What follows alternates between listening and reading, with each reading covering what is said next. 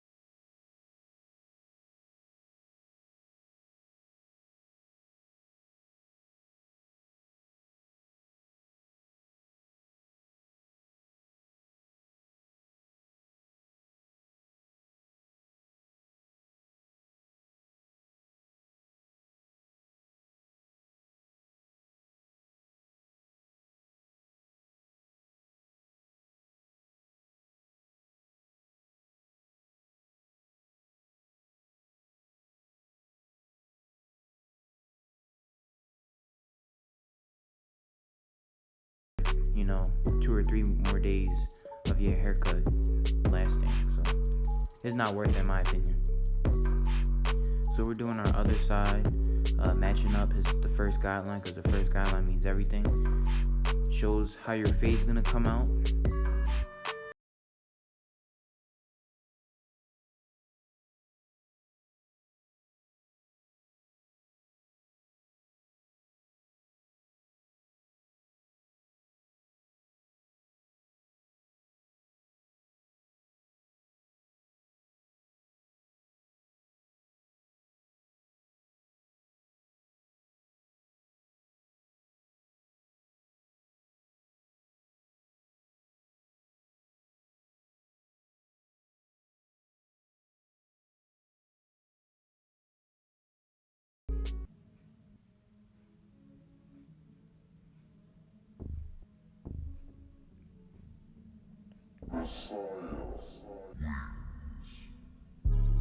Now I'll take my lever open, and I'm not going up too high. I'm going up like 3/4 of an inch. Then I'm doing section by section, so I'm just playing with the lever. Then I'll go back to lever open, and then close it. I was just doing a section because it's hard to fade while the camera's like right there, so I tried to do like a whole section for you guys. So this lever open right now. We drop down and open and close the lever. First I usually put it halfway and then I close it. So then we're doing the same steps in the back.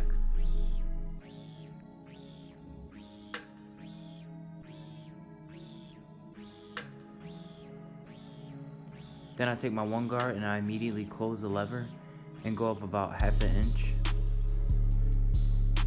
And then I open it and flick out at the top before I use the 2 guard and the 1.5 guard. I found this fading technique very useful when doing like high fades when it's kind of low on top. So I have my 2 guard and I'm opening and closing it. Mainly I have it closed, just cleaning up the top, taking off that bulk. Then I jump to my 1.5 guard and I started with it open using my corners, then I closed it to get out that middle guideline. And then I go with my 1/2 guard. Usually I start with it halfway because closed does take off a little bit more air than I want. But then I go to the bottom and close it just to try and fade out that faint bottom line. So as you can see, that's basically blended. I'm just going back and doing some detail work with my other guards.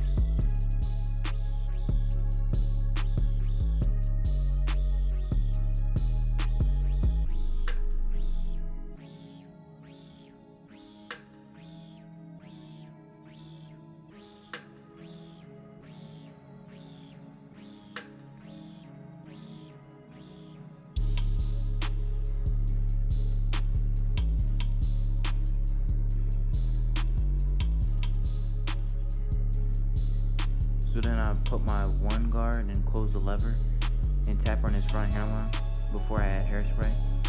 I'm using the Tresemme number 3. It's not extra hold, but it is a holding spray.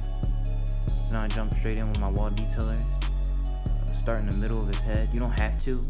I don't always start in the middle, but just look how crispy this line comes out. I'm not pushing him back.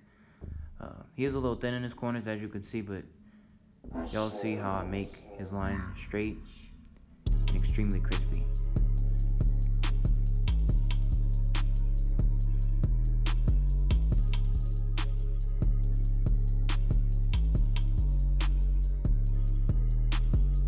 So I like to get the front hairline out of the way before I go in and make the slant right there.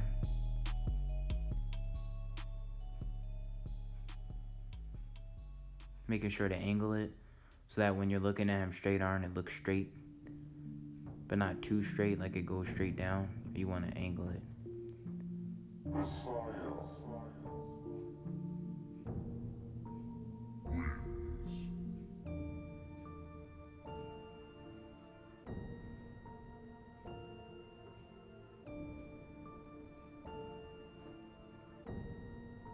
Now we're doing the rest of his hairline. Making sure his hairline's even and all the hair is cleaned up off his forehead. And then we go into one of the most important parts of the haircut. This is, where you show your true skills as a barber, paying attention to your client, paying attention to details. So I'm just freehand trimming all the loose hairs on top, combing it just so I can get it to stick out, all the loose hairs. You want to take your time when doing this, but you have to be very precise.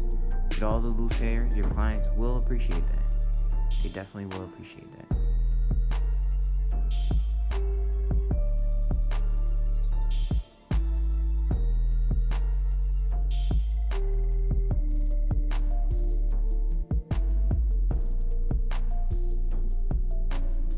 So I'm going back and doing some detail work. Right now I'm doing detail work with my wall magic clips, and then I'll go in and do some detail work with my liners.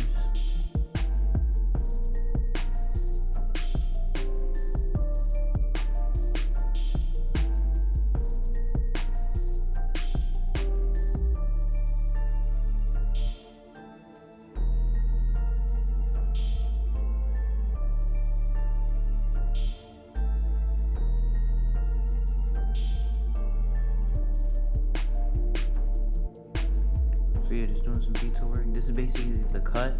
I will show you guys a before and after. But that's all I gotta say. This is the Fourth Ken. Please like, comment, and subscribe. More videos coming soon. Once again, it's the Fourth Ken, and I'm out. Peace.